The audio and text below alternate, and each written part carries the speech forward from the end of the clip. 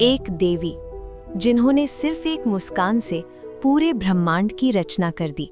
सोचो, जब कुछ भी नहीं था, सिर्फ अंधेरा ही अंधेरा था, तब एक हल्की सी मुस्कान ने सब कुछ बदल दिया। लेकिन सवाल ये है, क्या सच में एक मुस्कान से पूरी सृष्टि का जन्म हो सकता है? नवरात्रि के चौथे दिन हम पूजा करते हैं माँ कुष्मांडा की, लेकिन बहुत कम लोग जानते हैं कि माँ का ये रूप सिर्फ शक्ति का नहीं, बल्कि सृष्टि की शुरुआत का प्रतीक है।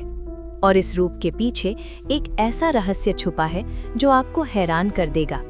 कहा जाता है, जब इस ब्रह्मांड में कुछ भी नहीं था, न रोशनी न जीवन, तब माँ कुष्मांडा ने एक कोमल सी मुस्कान दी और उसी पल ब्रह्मांड का जन्म हुआ।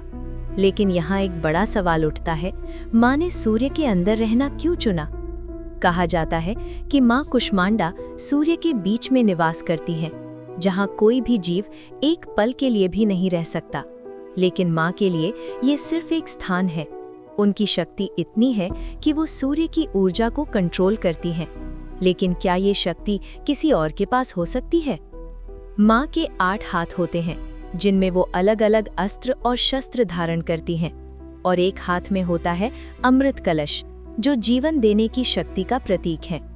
लेकिन सवाल ये है, अगर माँ सृष्टि की रचयिता हैं, तो क्या वो इसे समाप्त भी कर सकती हैं? माँ कुष्मांडा हमें सिखाती हैं कि सबसे बड़ा अंधेरा भी एक छोटी सी रोशनी से खत्म हो सकता है।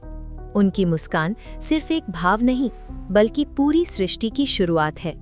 लेकिन क्या हम अपनी जिंदगी के अंधेरे को एक मुस्कान से बदल सकते हैं? अगर आप माँ के इस दिव्य रूप को प्रणाम करते हैं, तो कमेंट में लिखो जय माँ कुष्मांडा।